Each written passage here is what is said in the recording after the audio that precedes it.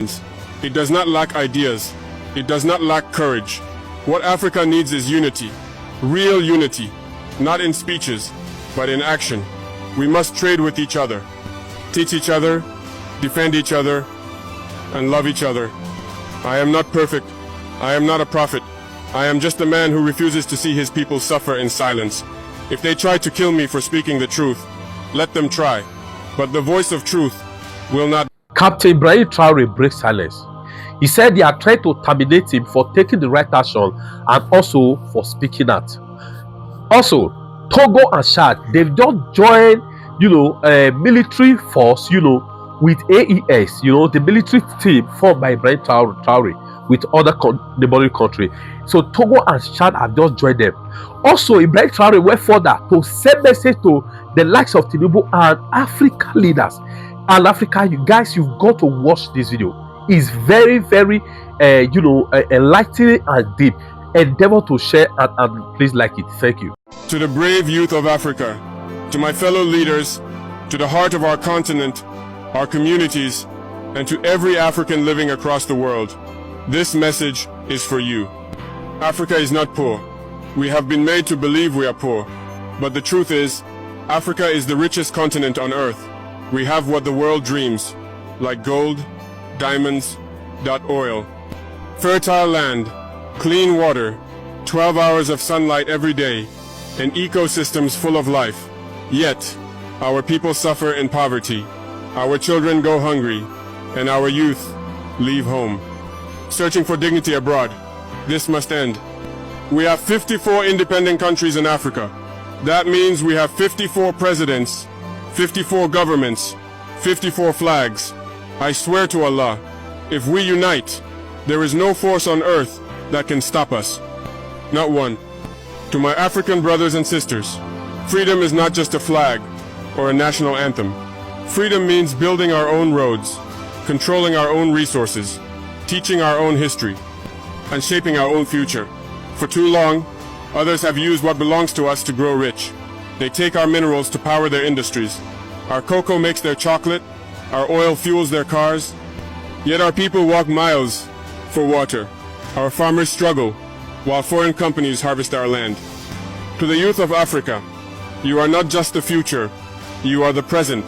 You are the energy, the voice, the courage that this continent needs. Rise with knowledge, with skills, with love for your land. Do not be ashamed to be African. Be proud, be bold, be ready to defend what is yours, not with hate, but with purpose. To African leaders, I speak with respect and humility.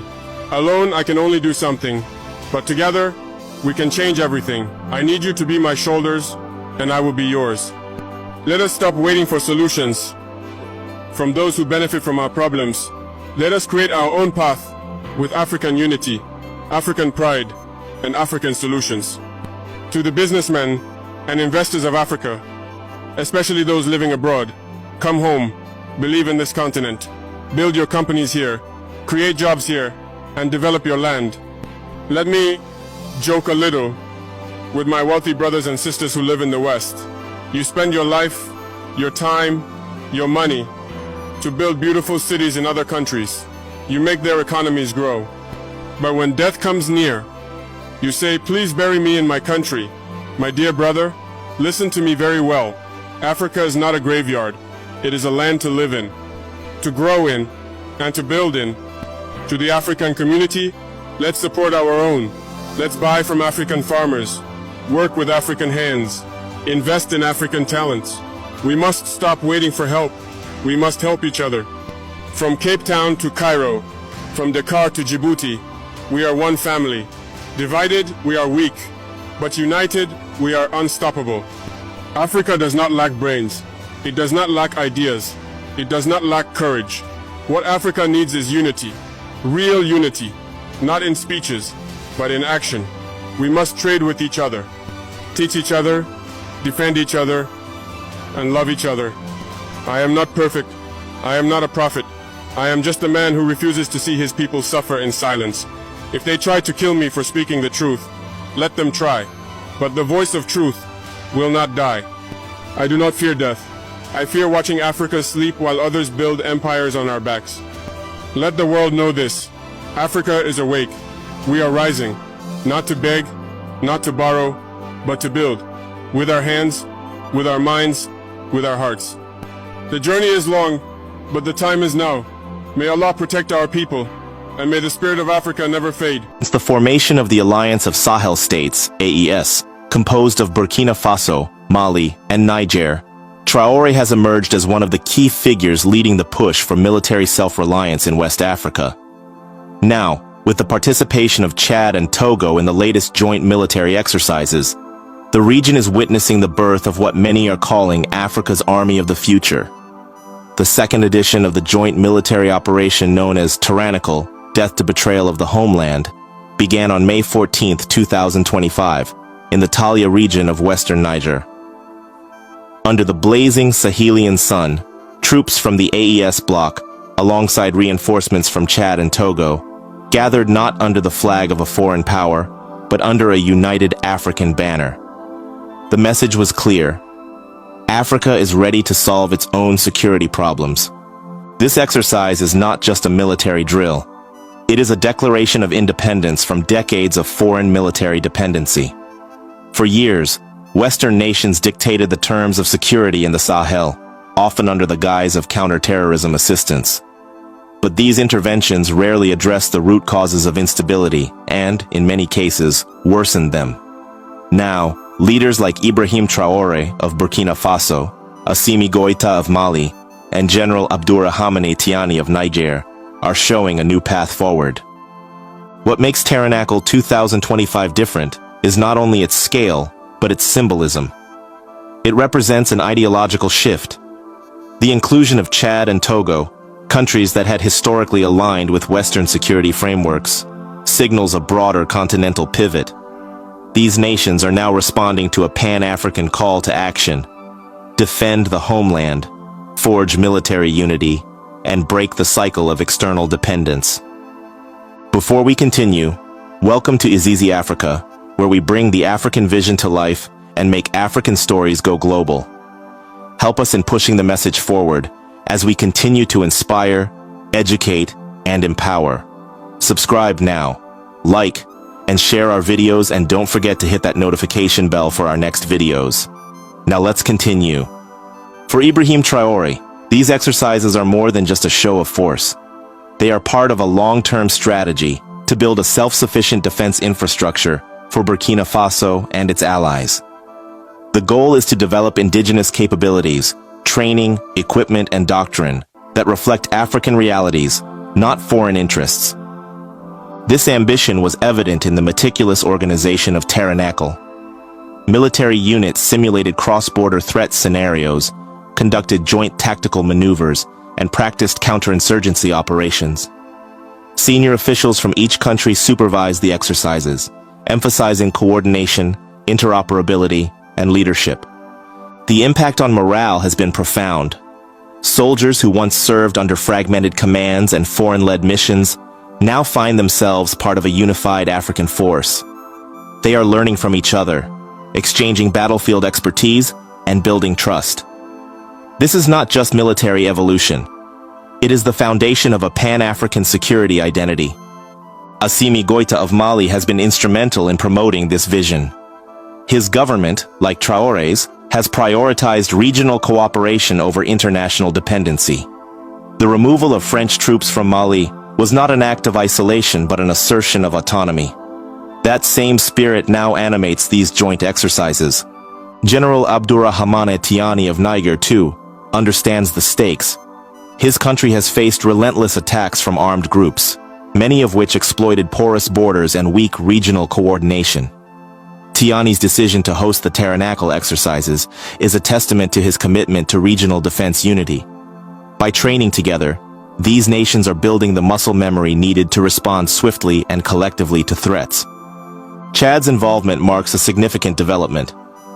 Long seen as a key military ally of France in the region, Chad's shift toward AES-style cooperation reflects changing calculations.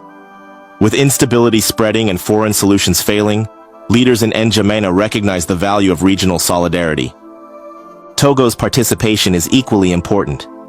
A coastal nation with less exposure to desert insurgencies, Togo is nonetheless acutely aware of the spillover threats posed by Sahel instability. Its decision to join the tyrannical drills shows that the AES model is gaining traction beyond its original core. It also hints at a growing willingness among African states to prepare for security threats before they reach their doorsteps. These developments raise critical questions for all Africans. Can we build an African defense ecosystem that protects our people, respects our sovereignty, and resists foreign manipulation? Can the AES become a model for a continent-wide military alliance that responds to African priorities rather than Western agendas? Already, we are seeing signs of what that future might look like.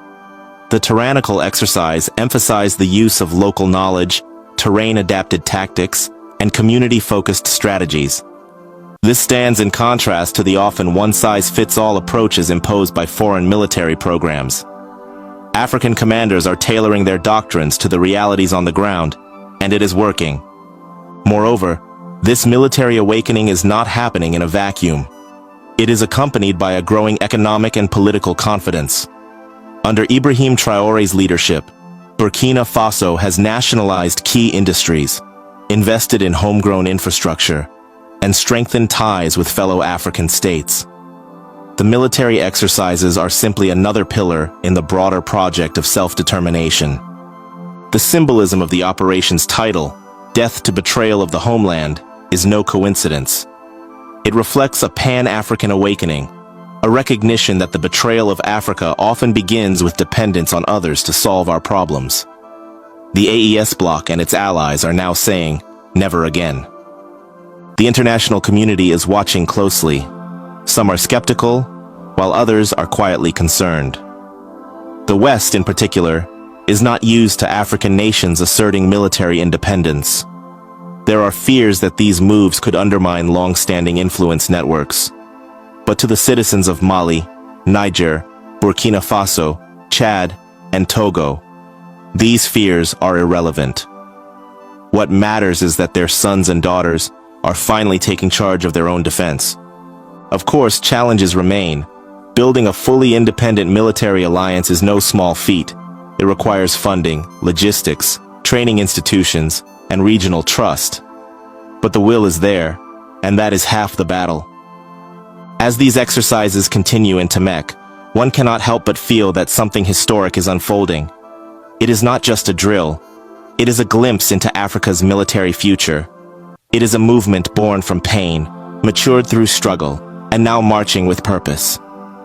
If this model spreads, we could soon see a Sahel Security Pact evolve into a broader African Defense Union. That may sound ambitious, but 5 years ago, the idea of Mali, Niger, and Burkina Faso removing foreign troops seemed impossible too. Yet here we are, watching African boots on African soil defending African interests, together. The youth of Africa are watching. They are seeing that leaders like Ibrahim Traore, Assimi Goïta, and General Tiani are doing more than talking. They are acting. They are taking bold steps to protect sovereignty, dignity, and peace.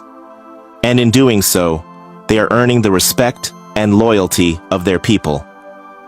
So we ask you, do you believe this Pan-African military movement is the future of Africa?